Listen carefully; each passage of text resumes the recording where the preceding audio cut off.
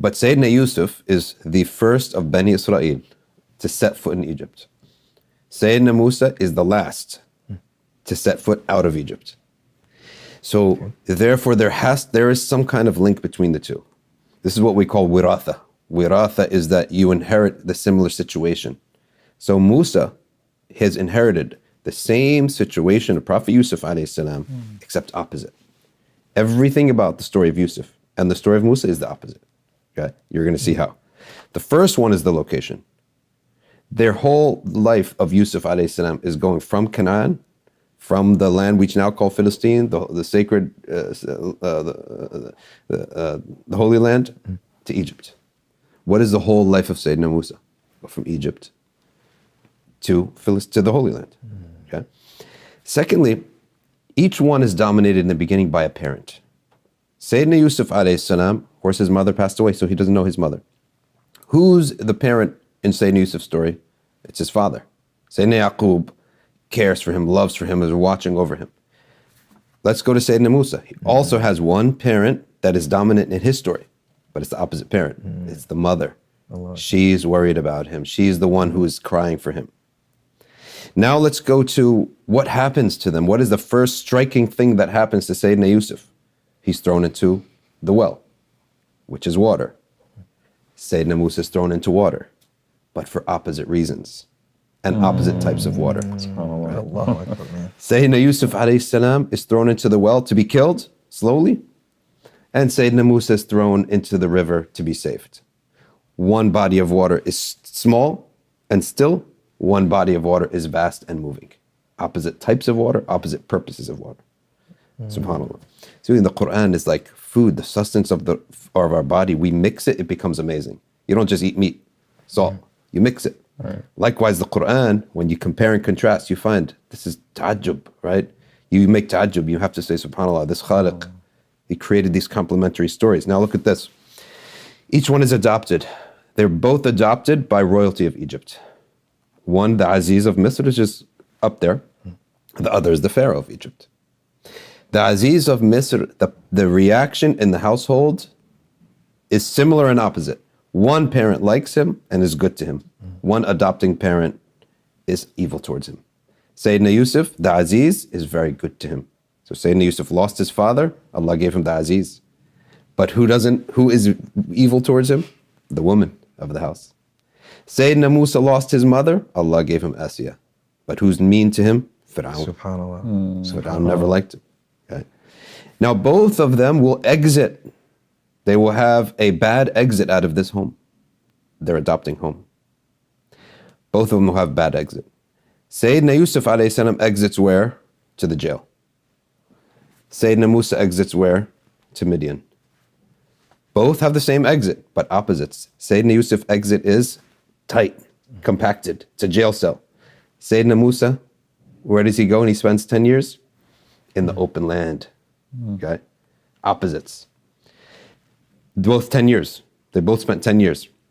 Sayyidina Yusuf alayhi salam, he has two companions in the Quran in the jail. What are they? Pagan men. Sayyidina Musa has two companions. He discovers two companions in Midian. What are they? Believing women. Opposite belief, opposite gender. Okay? Both of them are going to return to Egyptian society. Sayyidina Yusuf returns to Egyptian society, but on what premise? To do good. To help the king. Sayyidina Musa, to warn the king. To strip away his slaves. Or this illegal slavery that he has. The king, reaction is different. One king says, come to me, let me take you as my special assistant to Yusuf. Fir'aun is the opposite, makes an enemy out of him. The result, what's the result? The opposite. One saves Egypt. Egypt is saved because the king is good to the prophet, so the whole society is saved. Times Fir'aun, Fir'aun is bad to Musa, so they're destroyed. Then the final mustaqarr, as you said, is opposite as well. One is buried in Egypt, lives and dies in Egypt. Sayyidina Musa alayhi salam lives and dies very shortly, a short period away from the Holy Land. Yeah, subhanAllah. SubhanAllah, these two stories are exact. The same things are happening, but in opposite ways and complete opposite order. The Prophet ﷺ really inherits portions of both stories. Of Sayyidina Musa, he inherits from that that he's the law, he's given law. Sayyidina Yusuf was not given a law. He is the leader of a people. Sayyidina Yusuf was not necessarily the leader of a people. Of course, later on he led his people, but he was not their giver of a new law.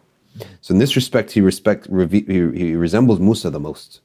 In another respect, the result, he resembles Sayyidina Yusuf the most. And this is why he imitates the words of Musa alayhi salam when they say, مَا تَظُنُّونَ أَنِّي فَاعِلٌ بِكُمْ. What do you think, oh people of Mecca, I'm now prevailed over you.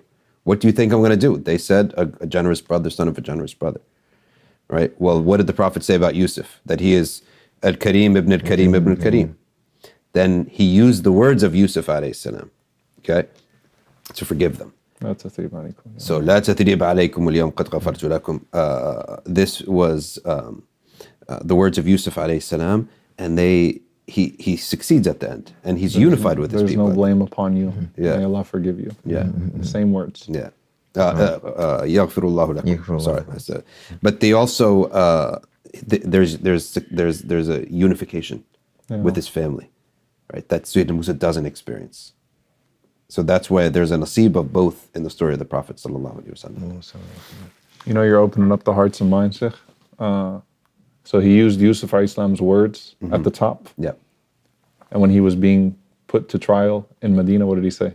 رحم الله أخي موسى. May Allah have mercy on my brother Musa. لقد أوذي بأكثر من هذا فصبر. He was tested with worse than this and he was patient. Subhanallah. So he's always pulling from Musa alayhi salam and Yusuf alayhi salam, those pulls. And we have him alayhi salatu wasalam. Like we have the ultimate pull, the Prophet sallallahu alaihi wasallam to pull from. So if you look at the Messenger sallallahu alaihi wasallam, this is the last message for all of mankind.